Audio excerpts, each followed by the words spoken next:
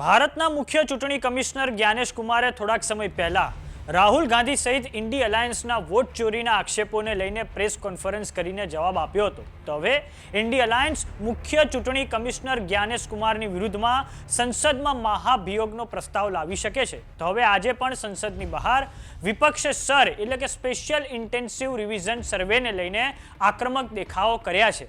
વાત કરીએ બિહારની, તો બિહારમાં લોકસભાના વિરોધ પક્ષના નેતા રાહુલ ગાંધી અને આરજેડીના નેતા તેજસ્વી યાદવ વોટર અધિકાર યાત્રા શરૂ કરી દીધી છે, જેનો આજે બીજો દિવસ છે. તો આવો જાણીએ સમાચાર વિસ્તારથી. નમસ્કાર, જમાવટ સાથે હું છું પાર્થ.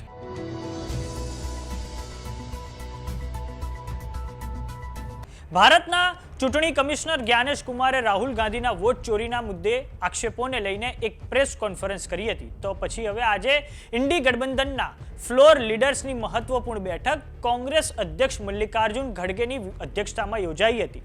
સંભાવના છે કે ભારતના મુખ્ય ચૂંટણી કમિશનર જ્ઞાનેશ કુમારની વિરુદ્ધમાં સંસદમાં ઇન્ડી અલાયન્સ મહાભિયોગનો પ્રસ્તાવ લાવી શકે છે. વિપક્ષનો આક્ષેપ છે કે ઇલેક્શન કમિશન એ સત્તાધારી પક્ષ ભારતીય જનતા પાર્ટીના ફેવરમાં કામ કરી રહ્યું છે. આજે સંસદના પરિસરમાં ઇન્ડી અલાયન્સના સાંસદો દ્વારા બિહારમાં ઇલેક્શન કમિશનના સર્વે એટલે કે સ્પેશિયલ ઇન્ટેન્સિવ સર્વેને લઈને ઉગ્ર સૂત્રોચ્ચાર કરીને વિરોધ નોંધાવવામાં આવ્યો છે. તો હવે આ બાબતે કોંગ્રેસ અધ્યક્ષ મલ્લિકાર્જુન ખડગે રાજ્યસભામાં શું બોલ્યા છે, આવો સાંભળીએ તેમ. You are a supreme authority. You are our guardian.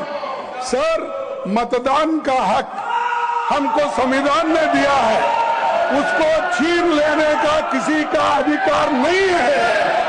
और इलेक्शन कमीशन हमको धमका रही है और डरा रही है और ये कह रही है आप एफिडेविट दो. हमने एफिडेविट दिया है. This is not going on record. I'm sorry, this is not going on record.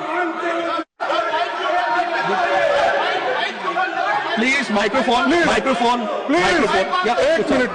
हाँ सर, हमको अगर इलेक्शन कमीशन धमकाती है, डराती है. You see, this is not going on record. No, no, no. This is not part of the bill. This is not part of the bill. This is not part of the bill. It will not go on record. This is not go on record. This is not part of the bill. This is not going to go on record. This is not part of the bill.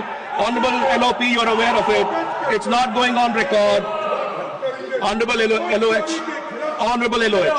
Honorable LOH. વાત કરીએ બિહારની, તો લોકસભાના વિરોધ પક્ષના નેતા રાહુલ ગાંધી અને રાષ્ટ્રીય જનતા દળના નેતા તેજસ્વી યાદવે બિહારમાં ઇલેક્શન કમિશનના સર એટલે કે સ્પેશિયલ ઇન્ટેન્સિવ સર્વેને લઈને વોટર અધિકાર યાત્રાની શરૂઆત કરી છે. બિહારમાં ઇલેક્શન કમિશનના સ્પેશિયલ ઇન્ટેન્સિવ સર્વે અંતર્ગત અત્યાર સુધીમાં 65 લાખ વોટર્સના નામ મતદાર યાદીમાંથી દૂર કરવામાં આવ્યા છે. અને જે લોકોના નામ મતદાર યાદીમાંથી દૂર કરવામાં આવ્યા છે તેમના નામ પણ હવે ઇલેક્શન કમિશન દ્વારા થોડાક સમય પહેલા જાહેર કરી દેવામાં આવ્યા છે. આમ બિહારમાં આ વર્ષના અંતે વિધાનસભાની ચૂંટણીઓ છે, તો વિપક્ષ વોટ ચોરીના મુદ્દાને ખૂબ મોટો મુદ્દો બનાવવા જઈ રહ્યો છે. તો બીજી તરફ સત્તાધારી એનડીએ મુખ્યમંત્રી નીતિશ કુમારના નેતૃત્વમાં ખૂબ મોટા પાયે રેવડી વહેંચી રહ્યો છે. તો હવે બિહાર પછી પશ્ચિમ બંગાળમાં પણ election commission special intensive revision જેવો મતદાર યાદી સુધારણા કાર્યક્રમ શરૂ કરી શકે છે. તો હવે જોવાનું એ છે કે આ વોટ ચોરીનો મુદ્દો કયો નવો વળાંક લે છે. તો આ બાબતે તમારું શું માનવું છે અમને કોમેન્ટ બોક્સમાં લખીને જરૂર જણાવો. જો તમે અમને યુટ્યુબ પર જોઈ રહ્યા તો સબસ્ક્રાઇબ કરો. જો તમે અમને ઇન્સ્ટાગ્રામ અને ફેસબુક પર જોઈ રહ્યા તો ફોલો કરો. સાથે જ અમારી વોટ્સઅપ ચેનલ આવી ગઈ છે, સબસ્ક્રાઇબ કરવાનું ના ભૂલતા. નમસ્કાર.